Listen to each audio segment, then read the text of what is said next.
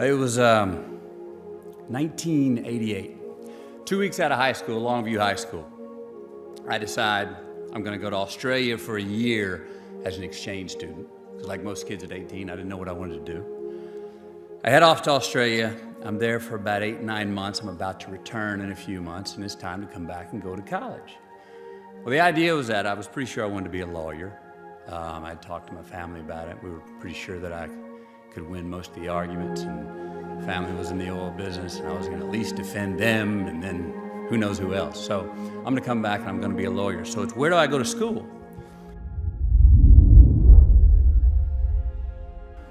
For that, I am happy that the oil business went to pot because my dad was able to afford sending me here, which were 4 great years of my life.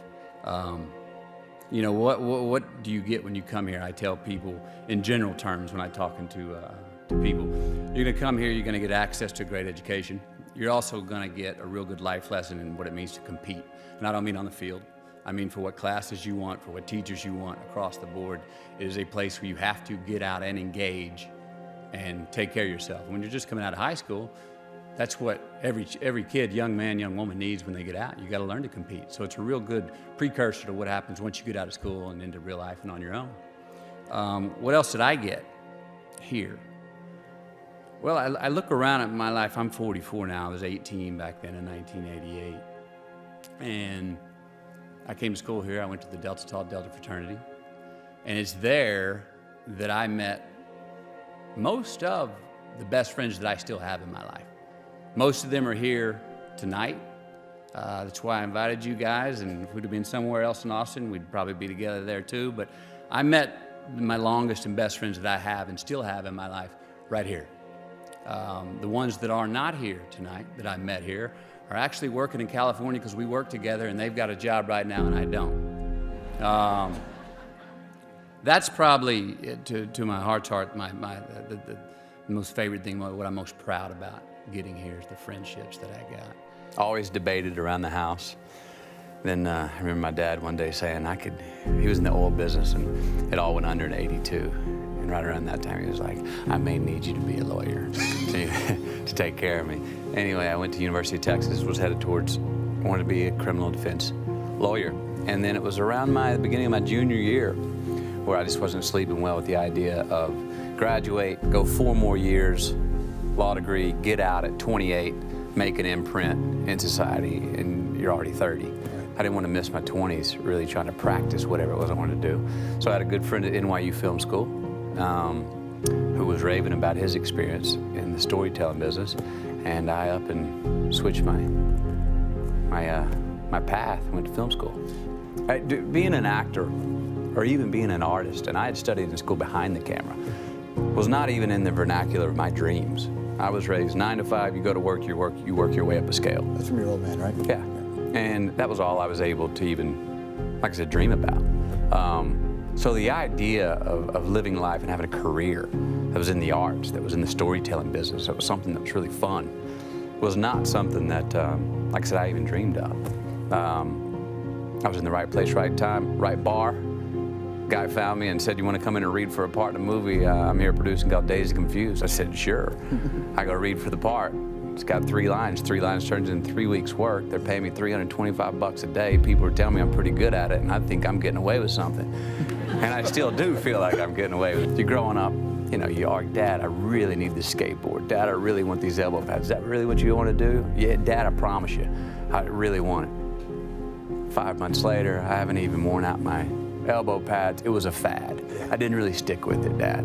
You know, so that he was alive for the first thing that I stuck with and said, this is what I'm going to do. It's what I didn't know was what I was going to be doing full time. Didn't know if I'd be able to. But he was there 5 days into. He never showed up on set, but he was alive, and I talked to him a few times when I started doing the thing that has now become a career for me.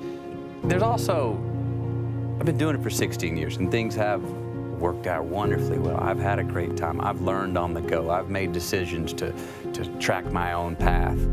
Some have worked out exactly how I thought they would. Others, it didn't turn out that way. And I don't even know if they were bad. They were bad. It was just the overall experience. It's a rush. You work on something for 3 months. You leave it for a year. You go see it put into an hour and a half of celluloid, and a lot of memory comes back. A lot of your history comes rushing back to you. You know, I'd say I'm probably a. There's sort of, in a way, there's less to things you want to prove. Also, I think 40's probably got something to do with it too. I'm not a real numerist. We're like, hey, at 40 you got to be doing this, but at 41, there's just 30s you figure out what you don't want. Process elimination, you get them out of the way. 40 you start going, okay, I figured that out. I know where I don't want to be now, where I want to be. I'll say Carney. It was a lot of fun, and it was like anything goes. It was anything goes. I actually had been offered the part of a role of a guy who shows up on a motorcycle at the beginning of the movie and at the end of the movie rides off with Renee Zellweger, sort of a Romeo to Juliet role. That was never in the film. And when I went in to go, and I was all packed up to drive out to Hollywood because I just graduated college, right? I pull up to that audition to meet with the director with my truck and my U-Haul. I go inside, the director says, Kim Ingle says, do you know anybody who'd be right for the Vilma role? This is the role that I played, the killer with the trucker and the record service and stuff. And I said, no, and I thought of 2 friends that I knew from acting class, and I brought them up to him. And he goes, okay, I'll give him a call. I leave, shake his hand, go out. I remember I opened my truck door, started to step in, and I went, I want to read for that. Shut the door, I went back in, and I said, do you mind if I read for the Vilma part? He goes, no. We looked around, there's a secretary behind the desk, and he goes, all right. And we went in the kitchen, got a spoon, and he goes, scare the shit out of her. And so we threw furniture around, had her pinned up against the wall, acted like the spoon was a knife, da-da-da-da-da-da-da. And he goes, now act like your mechanical leg is all messed up, and did all this stuff. 5 minutes later, he goes, it's great. You want the part? And I was like, yeah. Amazing. All right, last question. Have you watched a movie and said, yeah, that movie's fine, but if I was in it, that movie would be amazing? Good question. Let me think. I don't know if I can think about this before time runs out, though. Did you like watch the Bourne movies and go, Damon just doesn't have it? No, but I did watch him in Bagger Vance. Yeah. Doesn't have the golf swing for me to believe he's a scratch golfer. Do you have that swing? I got a better swing than him, that's for sure. You could have been a Bagger Vance. Okay, we'll talk about golf swings.